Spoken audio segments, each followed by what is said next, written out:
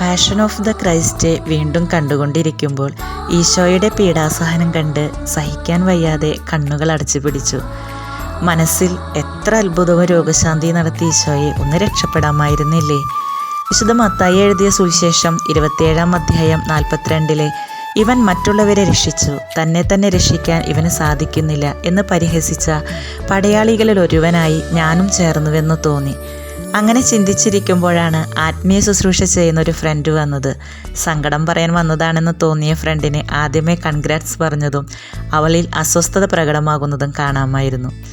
ഇത് തീർത്തും ചിന്തിക്കാൻ തീരുമാനിച്ചു. യേശു അനേകരെ സഹായിച്ചു, രക്ഷിച്ചു, അത്ഭുതം ചെയ്തു.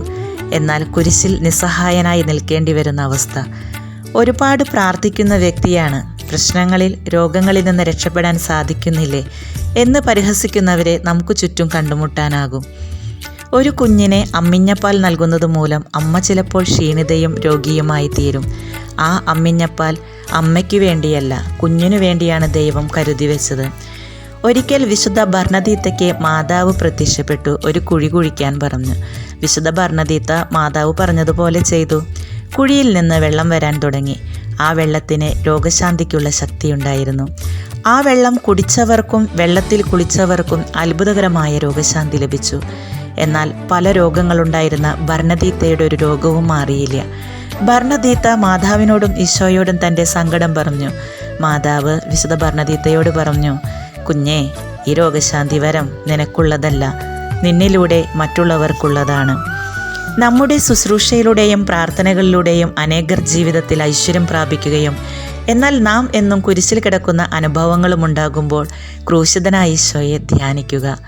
വെള്ളത്തിൽ വീണ പലരെയും രക്ഷിച്ചുകൊണ്ട് സ്വയം രക്ഷപ്പെടാനാവാതെ മരണത്തിലേക്ക് പോകുന്നവരില്ലേ? വിശുദ്ധ യോഹന്നാൻ എഴുതിയ സുവിശേഷം 15-ാം അധ്യായം 13-ാം വാക്യം നമ്മൾ ഓർത്തുപോകും. സ്നേഹിതർക്കു വേണ്ടി ജീവൻ അർപ്പിക്കുന്നതിനേക്കാൾ വലിയ സ്നേഹമില്ല. കുരിശിലെ ഈശോയെപ്പോലെ നാമും ജീവിതത്തിൽ നിസ്സഹായനായി സഹിക്കേണ്ടി വരും. ഒരു നാൾ മറ്റുള്ളവർക്ക് മുന്നിൽ ശോഭിച്ച് ഉയർന്നു നിന്ന നമ്മൾ ശപിക്കപ്പെട്ടവനെ പോലെ മറ്റുള്ളവർക്ക് മുന്നിൽ കാണപ്പെട്ടേക്കാം. അനേകരെ സാമ്പത്തികമായി സഹായിച്ച് നമുക്ക് ചിലപ്പോൾ കടം വാങ്ങേണ്ടി വന്നേക്കാം. അനേകർക്ക് രോഗശാന്തി നൽകിയ ശുശ്രൂഷയ്ക്ക് ശേഷം നാം ആശുപത്രിയിൽ പ്രവേശിക്കപ്പെട്ടേക്കാം. സമൃദ്ധിയെക്കുറിച്ച് പ്രസംഗിച്ചുകൊണ്ട് ദാരിദ്ര്യത്തിൻ്റെ കയ്പുനീർ കുടിക്കേണ്ടി വന്നേക്കാം. അപ്പോഴും ദൈവത്തിൻ്റെ പരിപാലനയെ നാം സംശയിക്കരുത്.